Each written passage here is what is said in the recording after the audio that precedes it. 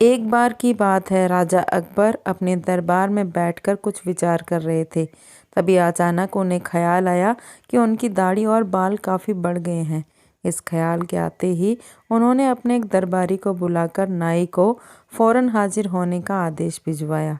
राजा का संदेश मिलते ही नाई महल पहुंच गया। महल पहुंचकर नाई राजा की हजामत बना ही रहा था कि कहीं से एक कौवा वहां आकर बैठ जाता है और काँव काँव करने लगता है।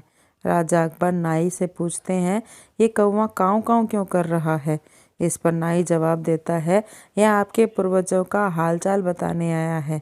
नाई के इतना कहते ही राजा आश्चर्य से पूछते हैं, तो बताओ फिर ये कौवा मेरे पूर्वजों के बारे में आखिर बता क्या रहा है?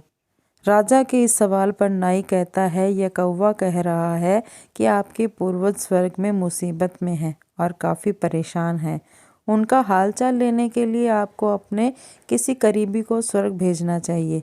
नाई की यह बात सुनकर राजा अकबर और भी हैरान हो जाते हैं।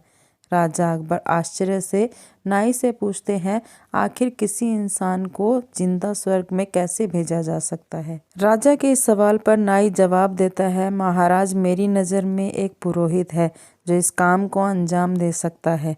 बस आप इस काम के लिए अपने किसी करीबी को स्वर्ग जाने के लिए राजी कर लीजिए। नाई के इस आश्वासन पर राजा अकबर तैयार हो जाते हैं और दरबार में अपने सभी करीबी दरबारियों को बुलाते हैं। राजा के आदेश पर सभी करीबी दरबारी राजा अकबर के सामने हाजिर हो जाते हैं। सभी दरबारी राजा से अचानक बुलाने की वजह पूछते हैं। इस पर राजा उन्हें नाई के साथ हुई सारी बातें सुनाते हैं।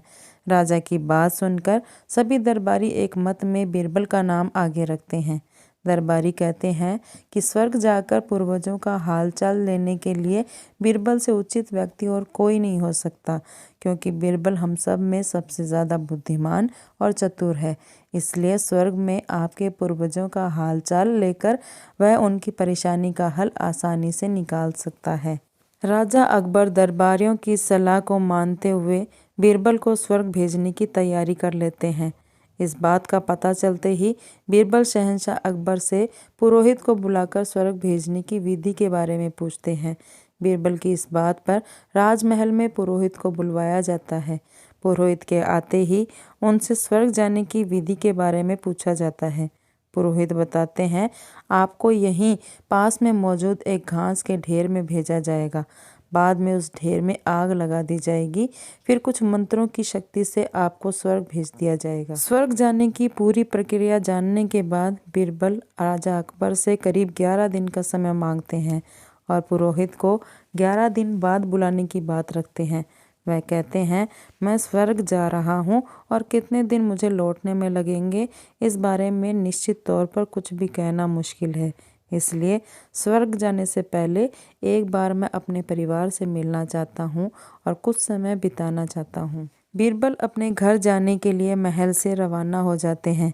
देखते देखते 11 दिन बीत जाते हैं। 12वें दिन बीरबल स्वर्ग जाने के लिए राजा अकबर के सामने हाजिर होते हैं। पुरोहित को बुलाया जाता है और बीरबल को स्वर्ग भेजने की तैयारी की जाने लगती है। पुरोहित बीरबल को स्वर्ग भेजने के लिए महल से कुछ दूर घास का एक ढेर लगवाते हैं। बीरबल को स्वर्ग भेजने के लिए घास के ढेर के अंदर भिजवाया जाता है। घास के ढेर के अंदर जाते ही पुरोहित घास के ढेर में आग लगा देते हैं और बीरबल को स्वर्ग भेजने की प्रक्रिया पूरी होती है। धीरे धीरे 2 महीने बीत जाते हैं और राजा अकबर को बीरबल की चिंता होने लगती है। तभी अचानक बीरबल दरबार में हाजिर हो जाते हैं। राजा अकबर बीरबल को देखकर प्रसन्न होता है और अपने पूर्वजों का हाल चाल पूछते हैं। तब बीरबल बताते हैं, आपके पूर्वज काफ़ी खुश हैं और मज़े में हैं। उन्हें बस एक चीज़ की तकलीफ़ है कि उनकी दाढ़ी और बाल काफ़ी बड़े हो गए हैं, जिन्हें काटने वाला स्वर्ग में कोई नाई नहीं है, इसलिए वहाँ उन्हें एक नाई की ज़रूरत है। बीरबल कहते हैं, ऐसे में हमें आपके पूर्वजों के लिए एक अच्छे नाई को स्वर्ग भेजने की तैयारी करनी चाहिए। बीरबल की इस बात पर राजा नाई को स्वर्ग जाने का आदेश देते हैं। राजा का आदेश सुनकर नाई घबरा जाता है और राजा के पैरों में गिरकर माफ़ी मांगने लगता है। नाई राजा से कहता है, यह सब कुछ उसने वजीर अब्दुल्ला के कहने पर किया था। यह सब उन्हीं की साजिश थी ताकि वह बीरबल को अपने रास्ते से हटा सके। अब राजा अकबर के सामने सारी सच्चाई आ चुकी थी। यह सब जानने के बाद राजा अकबर ने वजीर अब्दुल्ला को और उनके साथियों को दंड देने का आदेश दिया। अंत में राजा अकबर बीरबल से पूछते हैं, तुम्हें यह सच्चाई का पता कैसे चला और तुम घास के ढेर में आग लगने के बाद कैसे बच गए? तब बीरबल जवाब देते हैं, आग के ढेर में जाने की बात सुनकर मुझे इस साजिश का अंदाजा हो गया था।